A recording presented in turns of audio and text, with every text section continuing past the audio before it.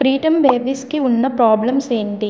So చూడండి, preterm బేబీస్లో problems ఏంటి అని అర్థం చేసుకోవాలంటే ఒక సింపుల్ లాజిక్ అర్థం చేసుకోవాలి. బేబీ తల్లి గర్భంలో ఉన్నప్పుడు కంప్లీట్గా బేబీని మదరే సపోర్ట్ చేస్తుంది. కానీ ప్రీటర్మ్ బేబీస్లో ఏమవుతుంది, బేబీ ఏమో అర్లీగా పుట్టేసింది. సో బేబీకి మదర్ సపోర్ట్ ఏం లేదు,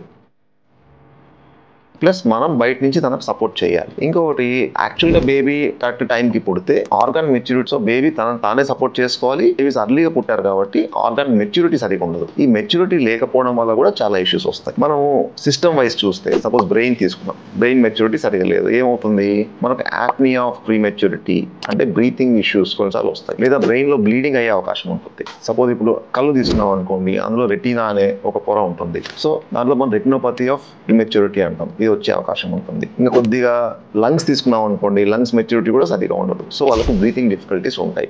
కొన్నిసార్లు లంగ్ డెవలప్మెంట్ కూడా సరిగా ఉండకపోవచ్చు. ఉదర భాగం తీసుకున్నాం అనుకోండి, పేగులు మెచ్యూరిటీ లేకపోవడం వల్ల మనం ఎప్పుడైతే పాలు ఇస్తామో పేగులు కుళ్ళిపోవడము లేదా పేగులకు ఇన్ఫెక్షన్ రావడం జరుగుతుంది. స్కిన్ తీసుకున్నాం అనుకోండి, స్కిన్ మెచ్యూరిటీ సరిగా ఉండదు కాబట్టి పిల్లలు టెంపరేచర్ మెయింటైన్ చేయలేరు, కొన్నిసార్లు ఇమ్యూనిటీ కూడా మెయింటైన్ చేయలేరు. ఇవి కాకుండా రోగ నిరోధక శక్తి అంటే రోగాన్ని పోరాడే ఎనర్జీ కూడా ఉండదు. సో వీళ్ళకి ఈజీగా ఇన్ఫెక్షన్స్ వచ్చే అవకాశం ఉంటుంది. ఇది కాకుండా బర్త్ వెయిట్ తక్కువ ఉండడం వల్ల కొన్నిసార్లు లాంగ్ టర్మ్ ఎఫెక్ట్స్ కూడా ఉంటాయి.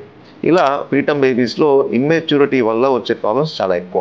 ఇవి కాకుండా కొన్నిసార్లు పుట్టుకతో వచ్చే అవయవ లోపాలు కూడా ఉండే అవకాశం ఉంది. అందులో ముఖ్యంగా మనకు హర్నియా లాంటివి ప్రీటర్మ్ బేబీస్లో ఎక్కువగా చూస్తుంటాం. అన్డిసెండెడ్ టెస్టిస్ అంటే టెస్టిస్ కూడా కిందికి రాకుండా పైనే ఉండిపోతాయి. సో ఇవి కూడా మనం ఈ బేబీస్లో ఎక్కువగా చూస్తుంటాం.